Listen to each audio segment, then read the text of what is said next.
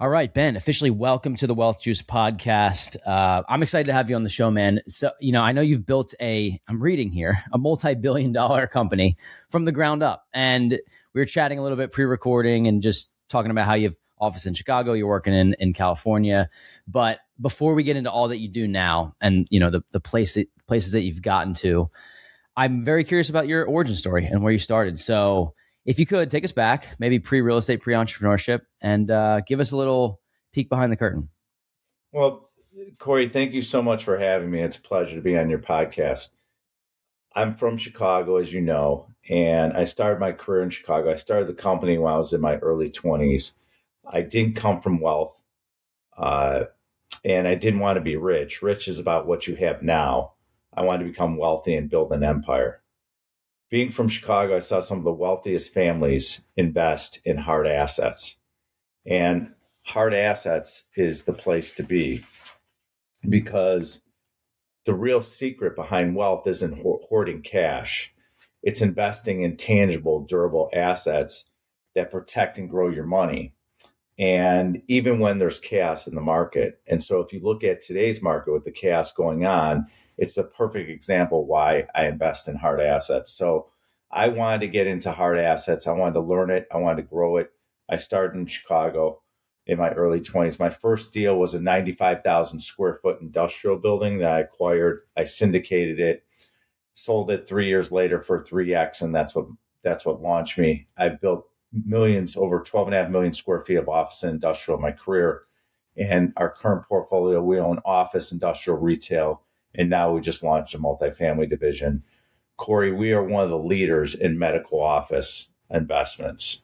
That's a big part of our portfolio. So when I was in my 20s, I said, how do I build wealth? It was through hard assets. I realized that I had to go through a lot. I made a lot of mistakes when I was younger, but I discovered a path to financial freedom through hard assets. And so for me, it was how can I become wealthy and do it on my own, not coming from money. And that was my objective. And Love so when I started Alliance in my early 20s, we grinded through. We figured out how to acquire assets, how to enhance our investors, how to continue to raise money.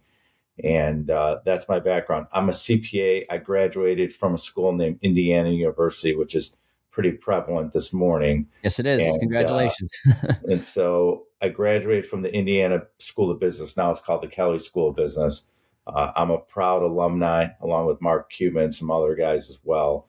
And so for me, Indiana was really good to me. It taught me a lot about life. It taught me about business.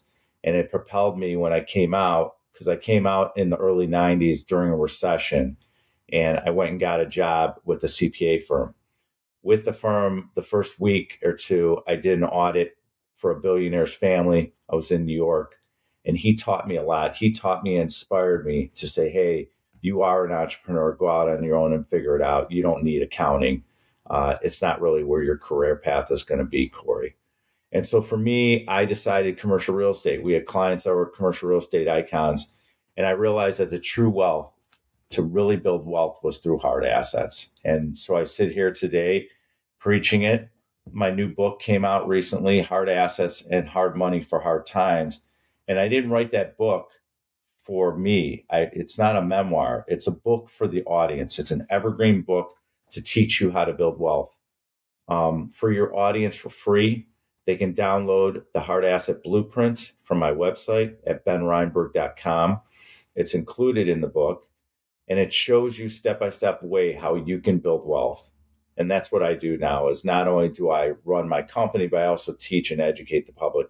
How do you go about and building wealth? And the start and the genesis of it was through my book. Love it. Well, I appreciate you sharing all that. And I want to go back to something that you mentioned about your first deal. So, Ben, you probably know this. Many people that try to get their first deal especially in the real estate space, they're thinking, do what I did, right? I bought a 3-bed, 2-bath. I lived in one of the bedrooms. I house hacked, right? That's the small first deal. Or I buy a duplex or a triplex or a quadplex. But you kind of subtly threw in there was a 95,000 square foot facility that you syndicated in your 20s. So talk to me about what it was like to do that, to get other people to trust a 20-something-year-old with their money. Because that, I think, is what people feel like is the biggest hurdle. And you thought big out of the gate. And that's like, I think the origin story. That's everything about what you've done. You've thought big out of the gate. How did you create that mindset? And how is that possible? Well, I went to my godfather, Bruno, and I said to him, I need a loan. Can you get me as much leverage as possible? He got me an 80 LTV. I signed with recourse. I don't sign anymore. But when I did at the time, I had nothing to lose, Corey. So for me, what I felt was important was, okay, now that I have a loan that's secure, how do I go about raising the rest of the capital stack, which is the equity? Back then there was no internet. It was all shoe leather. It was all coffee meetings. There weren't really coffee shops. You'd go for breakfast and meet with someone, and you'd sit with them and you'd show them the deal and explain why it was going to be okay. I was a financial engineer at numbers, so I knew how to tell a good story. I prepared well.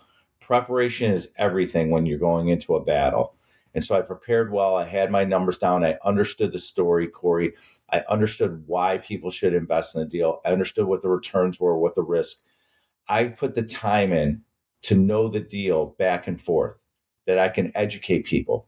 And I was a young man, so how are people going to trust me? They're going to trust me through my confidence, through the education I was providing on the deal, and showing them where the bricks and mortar. I started local, which I tell everyone when you get into commercial real estate, start local. That's where your resources, that's where your knowledge is, that's where your comfort is, that's where your lenders are.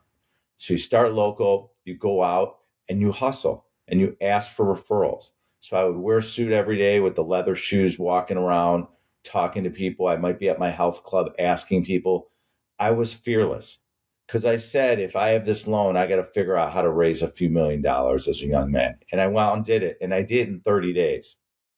And that's correct. It was 30 days. But the deal, when I sold it for 3X, it wasn't in the 3X multiple. That it was the lessons that I learned along the way, the negotiations, the credits, the improvements, redoing leases, etc. And so at the end of the day, it was the lessons that taught me, that propelled me in my career. And I just kept working at my craft every day. And I still do right now. I do a ton of personal development. I'm working on myself. I'm working on my craft. I'm dealing with investors all day long, brokers, lenders, you name it. So every day you're constantly growing and you're constantly improving your skill set. So if you've ever tried getting a mortgage, which I'm sure many of you have, you know how daunting and discouraging it can be of a process. The slow process, paperwork, being told no without any real explanation. One time we were even told that taking out a home equity line of credit on an investment property wasn't even possible. So that all changed when we were introduced to Neo Home Loans. What makes Neo different is literally how they approach lending. They're not just checking the boxes. They're legit problem solvers. They look at your entire financial picture and explore multiple angles, literally until they find a strategy that works. They helped us reposition our portfolio, pull out lines of credits to scale, and structure everything for long-term growth. And on top of that, their rates were some of the most competitive that we've seen. They just literally did whatever it takes to find a solution. For us, Neo has become our liability advisor, the same way you have a financial advisor on the asset side for the liabilities. If you're serious about building wealth through real estate, it's worth sitting down with them and getting your lending strategy dialed in. If you want to book a call with them, click the link in our show notes. Their team is unreal, but don't just take it from us. Find out for yourself. Yeah, man. I guess my question about this is, what gave you, like, how did you find a deal like this at the stage that you were at? Like, were you underwriting deals for a period of time? How does a deal that is a 95,000 square foot facility come across your desk and then you know what to do with it? Did you have mentorship? Like, how did that develop? Because I'm just thinking about this like out loud right now. I invest in small multifamily, like 5 to 30 units. We invest in New Hampshire and Vermont. If a deal today, I've been investing for 8 years. If a deal today, 95,000 square foot commercial facility came across my desk, I wouldn't know what to do with it. I'm just being candid. So, well, I mean, Chicago is a huge industrial market and was one of our niches we were looking at. And so when I found the deal, we used to canvas for properties. So we went and we would drive around, look for properties, see a sign on saying, hey, for sale, call the broker. We also had CoStar, which was prevalent in our business. So we would go and look at deals, constantly driving around. We did a lot of driving. That's why you start locally. Looked at the area and said, okay, Well, captains of industry are going to come in. If we have any vacancy, we'll have people next door that would want to lease it. It's a good opportunity. It made sense at the time. And so it was just shoe leather. That's how you did it. You drove around, you hustled, you walked the pavement, you looked at different comps. You say, okay, if I'm buying this area, what else is sold in this area that I can comp it to? What were the rental rates? What's the vacancy in this submarket? What's the vacancy in the overall market within this area of Chicago? And so that's what I did. And I taught myself. I would ask questions. The lender, the bank that was financing it, they would ask questions too. So you naturally would go on a learning curve with them. And at the end of the day, we just kept pushing forward. And if we made mistakes, we'd continue to learn. And that's the key to life. You're going to make mistakes in life. The question is, how do you handle it? And I say to people, Corey, I say, it's not about how you react. It's about how you respond. And so when people say to me, why do you do personal development? Is because I want to control my emotions. The man or woman that can control their emotions at the table always wins. And so if you can calm your nervous system down, control your emotions, be candid, be honest, be truthful, live a life of truth, and everything else will fall into place. And it's that simple. And people make things so complicated. It's like either we could do something or we can't do something. And so I don't believe in contractions, can't, wouldn't, shouldn't, won't. I believe you can. There's always a way to do things. You just have to figure it out. You need time, which is your greatest asset, and you go and you figure things out. So back when we acquired that deal, it was more about how focused are we, and how bad do you want it? Because when you want something bad enough, everything else will fall into place. You'll figure it out. And a lot of people, like your comment is, they will run away from the situation. It's too difficult. It's too challenging. I don't understand. Instead of asking questions and saying, how? Use the word, how are we going to figure this out? How are we going to change the trajectory of our life? How are we going to change the way we look at things? And the thing is, everyone's so worried about what everyone else says, especially when you're younger. I didn't care. Because for me, Corey, what I realized was, so what was the worst case scenario? I fail. I can't raise the equity. I can't get the loan. I can't perform on the purchase and sale agreement. Okay. So I'm back to where I started, and I do it again. And a lot of people hesitate to get started and pull the trigger. So I encourage people to buy my book, Hard Assets and Hard Money for Hard Times. Why? Because it's your strategy to build wealth. It's for you to start and get started just by reading a book and implementing it. And if you want to go deeper, I develop courses that follow it in order to take a deeper dive to learn even more as you can grow your hard asset empire. So that's why I tell people to pick up the book, because exactly like your comment is, it's a real strategy that's been defined and forged in the fires of real world experience of Ben Reinberg and my colleagues. And so when you look at the blueprint and you read the book, you could see exactly, how do I go about building wealth? How do I go about changing the trajectory of my life? And that's what I do. And that's what I do constantly. And I'm not saying life is perfect. It's not. You're going to go through different war stories. I talk about war stories in my book.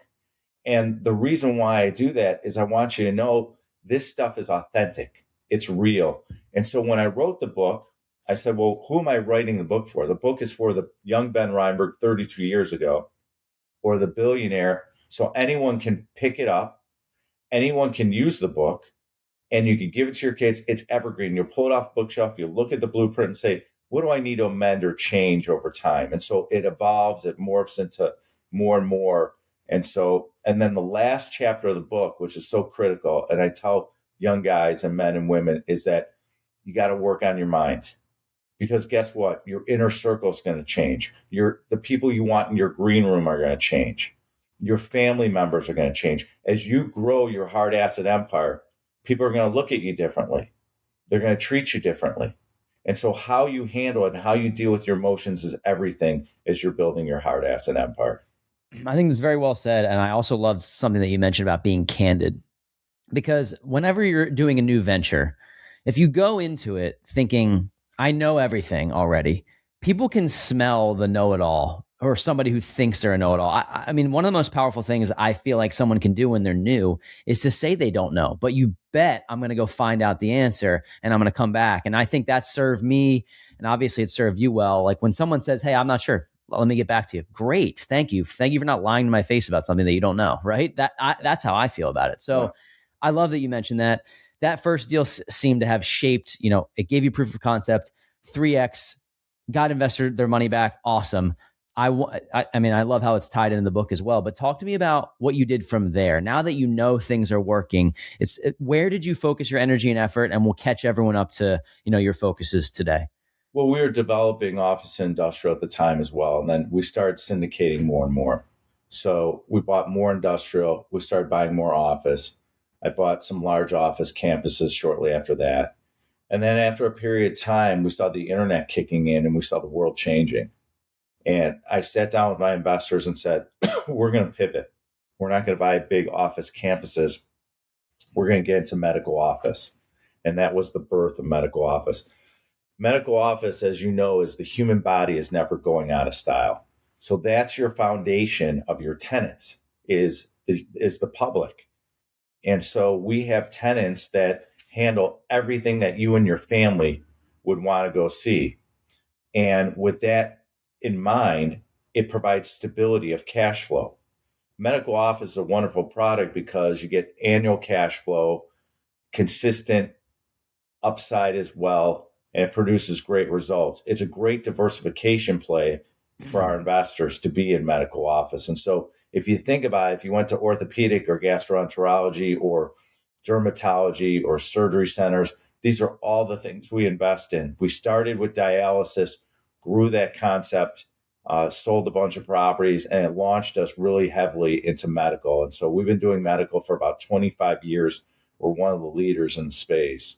And at the end of the day, it's been a wonderful asset. We've made our investors tremendous amount of money.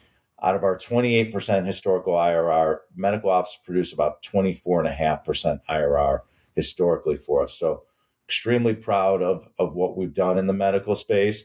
It'll continue. It's been more and more prevalent. And telehealth is not going to disrupt the market that people thought it would. You still have to go into the doctor to see them for procedures. And so for us, in addition, we're doing dental. And then one thing that spun off recently, about 7-8 years ago, was veterinary office. One of my colleagues called me and said, why don't you do veterinary office? Because it's comparable to medical office and you'll love the niche. And so we started that as well. And so with the Alliance Medical Fund, not only do we buy medical, we also buy veterinary as well. Got it. Okay. So at what point did you feel that you were comfortable? You mentioned starting in your backyard in the Chicago area. That's where you did the first deal. I don't know how many after that you did. At what point where you're like, no, we can expand this nationwide or to other states? Talk to me about the transition there and how you expanded into new territory. We felt that it was very competitive in Chicago with our colleagues. And we said, you know what? Let's start looking out of state. So we started in the Great Lakes region, the Midwest, and started buying there. And then the internet started kicking in more, and then Google Earth was easier to look at deals and the ingress and egress and how much parking and different asset classes. And we said, okay, well, let's go to Florida, the Carolinas, Georgia, Texas, huge in Texas, Louisiana, Alabama, Mississippi, Tennessee, Kansas, Oklahoma, and start just going through the smile states. And we just started buying and acquiring and realizing, wow, these are great markets. There's a lot of population growth, and we really need to double down and really start acquiring. So we dug deep into Texas and different states, Arizona, Colorado, and just kept going. And the internet was helpful. Things became more efficient. We could look at properties. I was traveling all over. And at the end of the day, we just decided that we want to focus on areas that have 50,000 people in a 5-mile radius, has great population growth, good demographics. And when it came to medical office, we want to find out where are communities where families are growing. And that's what we focused on. Got it. Okay, cool. What is it like to manage medical office? That's something that I'm like very unfamiliar. I'm very unfamiliar with medical office in general. So I'm learning here, which I love. But the management of that, are they all triple net leases? Like, how does this work in terms of, I know in a lot of commercial spaces that the tenant is really in charge of a lot of the maintenance, which makes it more attractive as an owner because, in residential, you're fixing toilets and doing all that stuff. And that's why most people exit it unless you can really scale it. So talk to me about the management. Is it an in-house team that manages it for you guys, or do you outsource the management because you're in multiple states? We have our own property management division. I have someone that runs it, who's phenomenal. She's been with me for a long, long time, a couple decades. And a lot of them are net leases. We have some absolute net leases as well, where the tenants are responsible. So the tenants are constantly pulling the wagon in the same direction as us. They're consistently investing in their space on a frequent basis. And so at the end of the day, we basically let our tenants handle certain facts. We oversee it. We have checks and balances with our tenants.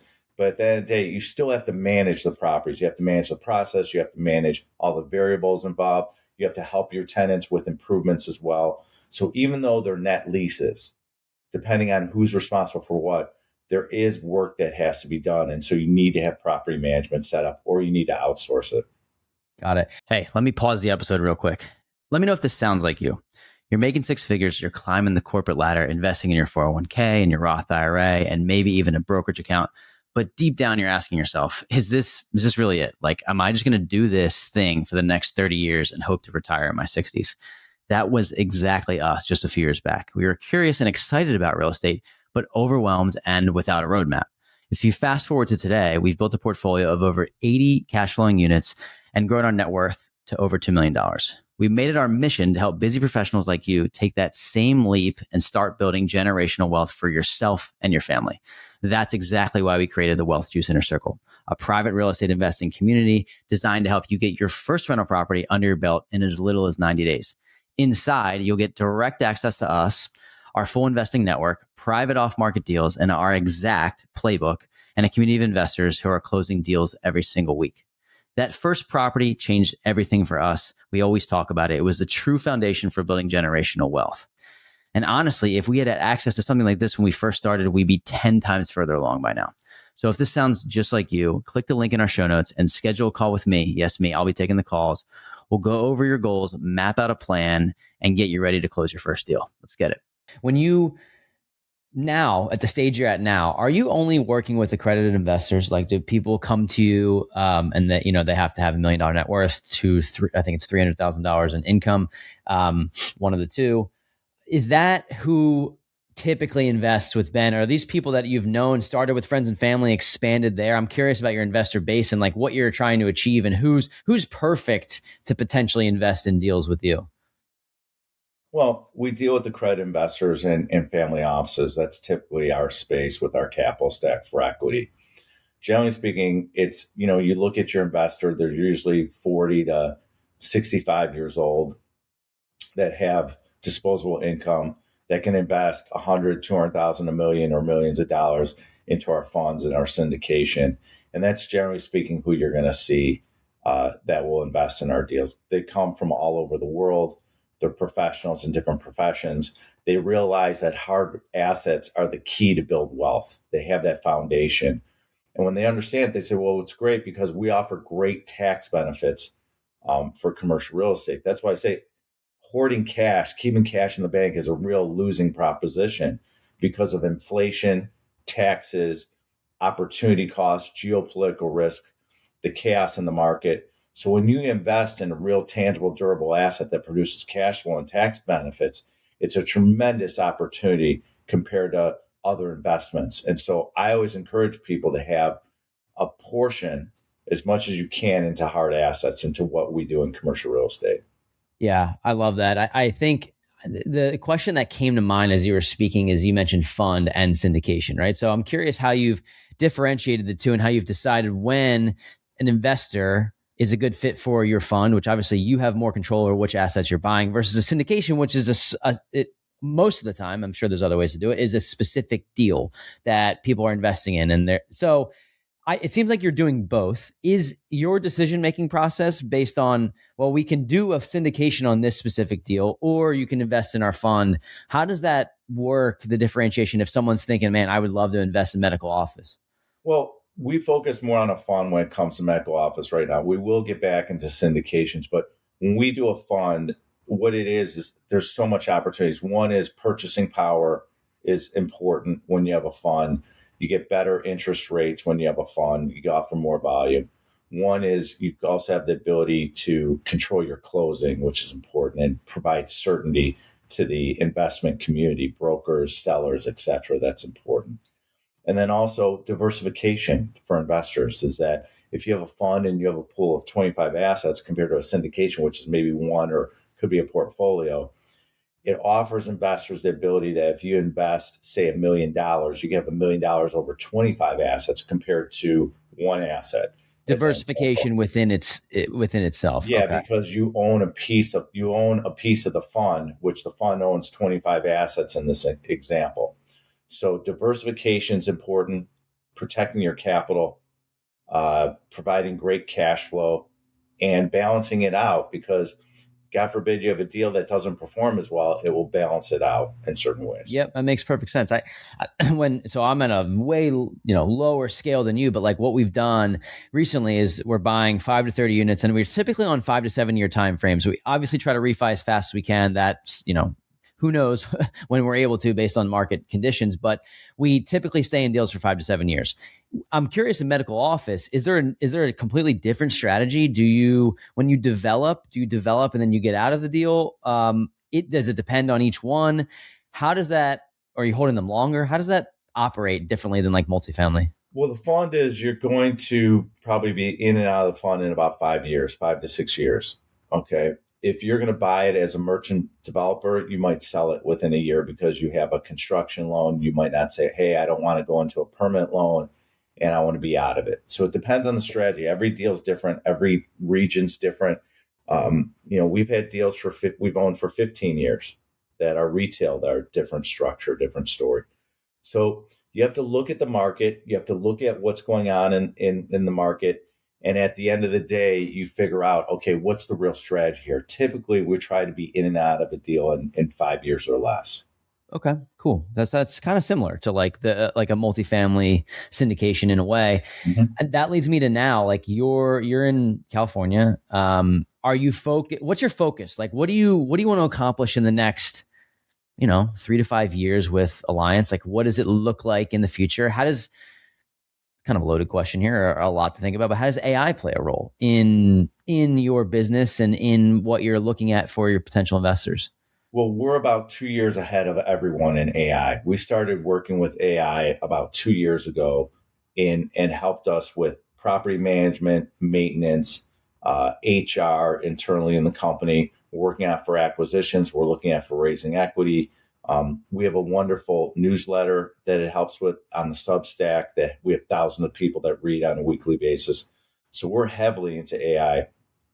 And so what we did is we brought in a chief AI officer. We also brought in a chief people officer to be able to deal with the changes ahead going on with AI. So people feel comfortable with it and say, okay, well, am I going to lose my job? How's that work? So we are strong in education within the company to be able to help our employees and our team leaders understand what are the benefits of AI, especially in commercial real estate. How's it going to impact it? It's constantly changing. We have a new CRM that we're working with that's all AI underlying based. So things are changing rapidly, especially with AI, but it's been a wonderful addition. And we've embraced it. And so we started about 2 years, which is basically, it's going to be hard to catch us. Love it. That's great. I feel like I'm behind the 8 ball a little bit with AI. I'm using it for a lot of things. I'm starting to implement it, but there's a little bit of a nervousness around it for me because I just think about it as like, there's this idea out there that's going to replace all these jobs. And part of me thinks, although it will replace a lot of jobs, I think it creates many jobs too. I'm curious on your take on that. Like, do you think the landscape of your business and our businesses Obviously, if we had a crystal ball, maybe we could predict this a little bit better. But I'm curious what you see in the years to come with AI. Being that you mentioned that you're ahead of the curve, like, do you think that this is like universal basic income in 10 years, or do you think that there's just new jobs that are created with AI, and how does that play a role in your strategy? It's a great question. And, AI is going to be prevalent to really make things more efficient, be able to provide more accuracy, more reliability on certain processes and functions within the company and even outside to our other vendors.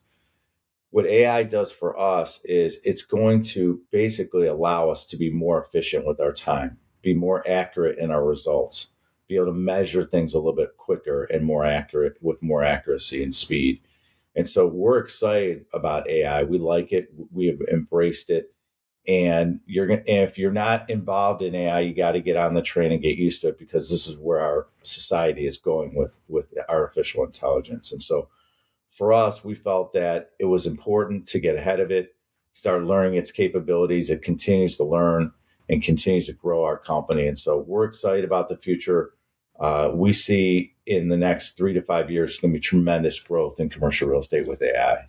Yeah, I love it. You mentioned earlier talking about the last chapter of your book, and this is one of the things I love to chat with all of my guests about, especially if they feel like it's important to them. And you mentioned that it was just like the mindset that goes into this. Maybe speak to like the investor who's either just getting started or in their first few years of business. What are the things that you do to prepare your mind? You mentioned negotiation, lowering your heart rate, being able to control emotions. I think all of those things are wildly underrated and important. I think they get thrown out the window a lot of times when people are like, no, I just need to learn how to analyze deals. Well, sure, you can win that way, but I think that the regulation of your emotions and understanding when to or how to stay regulated, I think is so important, because contact will be made in this sport, right? And that's what everyone says. So tell me about some of the things that you do and you see with, kind of all that I just mentioned. Well, your mindset's everything. And I didn't know this when I was in my 20s and 30s. I had to develop it over time. And so I meditate a couple times a day. I regulate my emotions. I do a tremendous amount of personal development. I've been doing personal development for, I'll be 56 tomorrow. So I've been doing it for about 11 to 12 years now. And it's been a game changer. Makes you more aware. I'm more aware, communication's better. I realize that I don't need to know everything. I just need to bring in the right people around me to help me grow and prosper. And so for me, personal development has been a huge staple of my life. I do, and the work doesn't stop. And so when I talk about in the book, I talk about show me your friends, I'll show you your future. And who you surround yourself with, who pours into you every day is critical, because those people are going to impact your behavior. And your behavior is everything. That's why we have a chief people officer who works with our employees on their behavior. So your mindset's everything. How you treat yourself, how do you talk about yourself, how do you communicate externally, what's your frequency when you're with other people. So at the end of the day, I am a big proponent of working on myself. People say, well, if you went back to your 20s now that you're 56, what would you change? I would do personal development when I was younger. That's the key to success, in my opinion. You mentioned something about you just said this, show me your friends, I'll show you your future. Have you had to make really tough decisions in your life about who you're surrounded with? And have you had to cut friendship off because you didn't feel like these people would fit into your future? And I know this is a little bit more of a personal question, but when I get to chat with people at the level that you're at, I always am curious about that. Because for me, I have friends that I've been friends with forever, and I don't think my friendship with them is shifted. It has shifted, but I don't think I'm going to say, I don't need to be friends with you anymore if we don't align perfectly. So to me, it's just like, I kind of have people in different boxes, and like, my friendships with people are different. I'm curious on what's your thoughts on that? Have you had to take relationships and remove them from your life because of negativity or something like that? Yeah. I mean, as you grow as a person, people are naturally going to shut off you. It's just the evolution of life. And so you're going to spend time. Where are you going to spend your time with? Who are you going to spend your time with? as you grow and you mature and you develop, you spend time with people that you want in your life. And sometimes friendships from when your childhood, just don't last. You have different interests, you have different regions where you live. It just depends on what you're trying to accomplish. But if you want to get to a certain status and a certain level, you're going to have people that are going to criticize you. You're going to have people that aren't aligned with you. So you want to surround yourself with people that are in alignment with you. Yeah, it's well said. One of the last questions I like to ask a lot of guests, it comes down to your why and like what gets you out of bed every morning. And I asked that question because there's so much. I'm just like reading this resume here of stuff that you've done, and it's forever. A lot of entrepreneurs are forever go go go, and there's never a time where people like kind of smell the roses and just like wow, like look back and to see what I've accomplished. I'm curious if you've gotten to a point where you've been able to do that, and then that leads into the question of why chase, why keep going. What's the thing that drives you?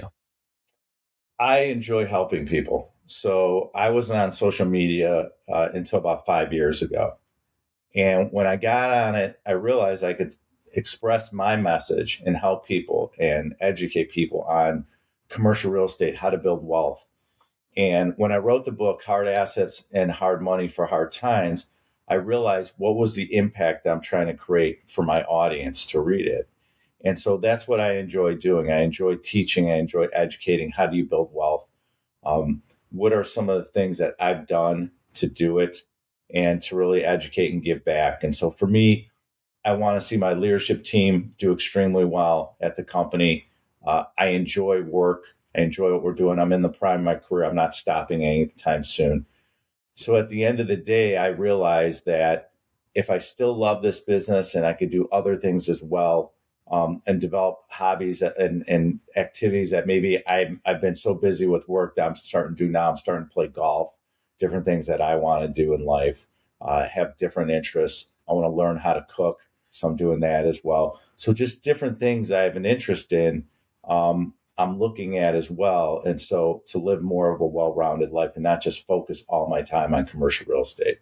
Yeah, I think that's a challenging thing that happens to a lot of entrepreneurs is that they kind of, the work becomes a life. And if they love it, that's great. But some people get strapped to something that they've built that they don't even enjoy. And then it becomes this ever evolving just wheel of staying in the same thing. And money's great. I mean, we all want to make money. I love that. But to me, it's like, if you can't do the things that you enjoy doing, then it's almost like it's almost really like, what's the point to me? I feel like that. And that's just a personal thing. But, Ben, this has been great, man. I really appreciate your time. I think people should go and buy your book. I think that there's a lot of power in this. It's clear that you're a visionary.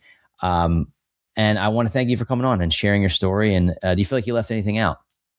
Well, I want to let everyone know I wrote this book to give you clarity and control, not headlines and hype. And so when the world gets shaky, okay, you either guess or you follow proven principles. And the book is your playbook. If you want to follow proven principles and you want to take it to another step and have strategy, that's what it's about. That's why you read it. Love it, man. I appreciate you coming on and sharing your story. For people listening, go buy the book. What's the best way for, if people want to, whether it's buy your book or learn more about you and your company, what's the best way for people to get in touch with you or your team? Well, if you want to invest with us and learn about commercial real estate, go to my company's website, alliancecgc.com. That's alliancecgc.com. If you want to learn more about me and you want to buy the book or learn how to build wealth, go to benreinberg.com. You could also learn how to invest in my company there. You could see where I'm speaking. We have a new TV show that's dropping this week, the Ben Reinberg show. So at the end of the day, if you go on my website, you'll be able to get in our universe and see how you could build wealth and develop strategies. Very cool, man. Thanks so much for coming on, Ben. This has been a pleasure. It's great to get to know you, and wishing you more success, man. Great. Thanks, Corey, for having me. Before we wrap this show up, I want to leave you with this. If you're listening to the show, chances are you're doing pretty well in your career. You're making maybe six figures. You're putting money into your retirement accounts, maybe stacking some cash in a brokerage account, but you're still waiting for that next level. And here's the truth. Waiting just costs you time. Every month you're on the sidelines is another month you could have had a property paying you and another step closer to financial freedom that you didn't take. Ryan and I know this because we stayed on the sidelines too long. We talk about this sometimes. We had the money, but not the guidance. And once we finally got our first property, everything shifted. It was the catalyst that built our entire portfolio and ultimately gave us freedom.